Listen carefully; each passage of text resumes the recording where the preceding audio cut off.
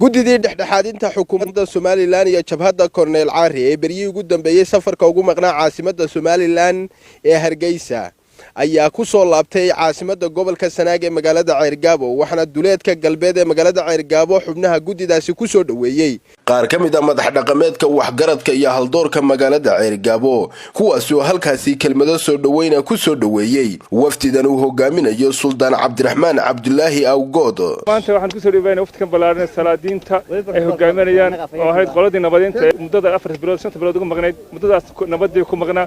hadda ay halkoo yimaadeen ay si khatimaan gabagabadeedii bay insha Allah ku jiraan waa soo dhaweynaa nabadeynta muddada dheerna Hargeysa ugu maqnaa siday u xalin lahaayeen arrinta khilaafku ka taagan yahay aad iyo aad baan u soo dhaweynaynaa annaguna intii waa sii shaqaynaynay meel fiican baa wax inoo marayaan idinkaana noo warrami doona farxad leh ugu soo dhaweynaynaa wafdidii ballaarnayd ee naga maqnayd ee aanu sugaynay hadday ahaayeen salaadiin xildhibaano aqoonyahan waxgarad waa idin soo dhaweynayna waxaad moodaa hadda gobolka in saxii nabadgelyadu uu muuqmuuqdo ceelaf weynna waa soo marteen oo waa aragteen hadda halkii ugu dambeysay baa teedii wadaan waxaad moodaa maanta inuu sihii nabadgelyadu iminka waftigii waxay soo dhameeyeen hawsha badankeedii intii u dambeysay ayay iminka u socdaan oo khatimayaan annaguna waxaanu ahayn odayaashii meesha sii joogay hawlaha sii waday hawsha meel fiican bay maraysaa insha Allah idinla waa gabagabadii baa sidaan aad iyo aad baan idin soo dhaweynaynaa hadday tahay nabadda hadday tahay horumarinta hadday tahay soo dhaweynta rag waxa soo dhan la socda dulqaad u leh dhamayn kara ka shaqayn kara ayaan rajaynaynaa ku soo dhawaada gobolka Sanaag hadda gabagabadeedii soo gaadhay insha Allah ilaahay wax ka baryeena inuu inoo dhameystiro oo arrinta inoo soo ururiyo haddeena meel fiican bay maraysaa wayna dhowdhowdahay hawshuna meel wanaagsan ay inoo maraysaa waana haddii alla yidhi waxaynu insha Allah ilaahay ka rajaynaa inay inagu raagin waa dalkiinii gobolkiinii Sanaag nabadeyntii cuqaashii salaadiintii boqorradii ool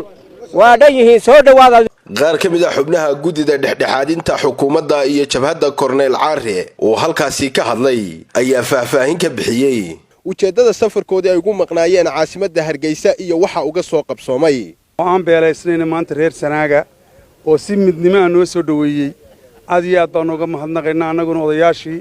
nabadda ku maqnaa baanu nahay nabadii baanu sidnaa nabadii baanu dhameystiri doonaa insha Allah waana la dhameystiri doontaan insha Allah oo kala bixi mayno waxaanu leenahay reer Sanaagow dadka qorigii waa la dhigay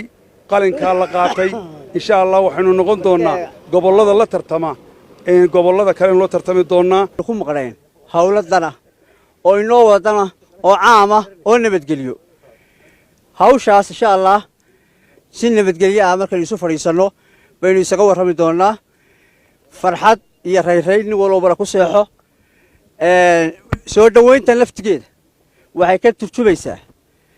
biseelka reer Sanaag maanta u bislaadeen nabadgelyadaas gobolka Sanaag maanta iftintay in la isu taago gacan la siiyo rag iyo dumarba waa lagu baaqaynaa kulli anagu socod dheer baan soo galay Suldaankii guudna waa ogtiin oo xanuunsanayaa wafdigana waxa hogaaminaya Suldaan Cabdiraxmaan waxaan qabaa inay tiin reer Sanaag oo dhan laakiin reer Sanaag Sooriyada way yaqaanaane ما نبضنا هبرتان هذه أدبوا مهزنتين سيدا ليدين شاقي دي سلطانكي قودة هوشا مدحدي نوغو هانا وحنوصدي إلهي بينو قبرينا إنو عافمادي نوغو كانو إناقا يدين كوبا وحن رجين نبدقلية داس إنو كوضا شاقينو هادي إلهي لهذا قولنا إنو كودا ما إنو سيدا رجين إنو رجي نغا سوه ريي سي شاقيي هول بدن سي قفتي سيدان كور هينا وأو مهدنقينا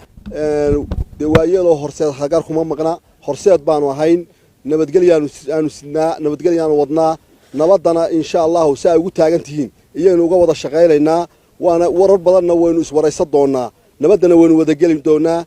wax aad iyo aad baan idinka mahadnaqaynaa waxa kale oo runtii aan leenahay annagu saakaanu ka soo bixitinay caasimadii Hargeysa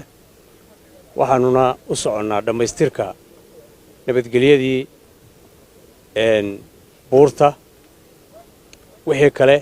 mahadnaqa mooyaane waxaynu isku waraysan doonaa insha Allah taala fadhi baynu isku waraysanaynaa gabagabadina waxaa halkaasi ka hadlay Suldaan Cabdiraxmaan Cabdullaahi Awgood oo isagu wafdidaasi hogaaminayay.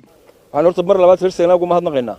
intii aanu ka maqnayn sida wanaagsan ee nabadgelyada uga sii shaqeeyeen ee midnimada ah ee isugu kaashadeen ee dadkii isugu dhawaaday ee nabadgelyada gacanta loogu dhigay ee maanta jawigii aanu idinkaga tagnay mid ka sii wanaagsan aanu idinku nimi waxaanu rajaynaynaa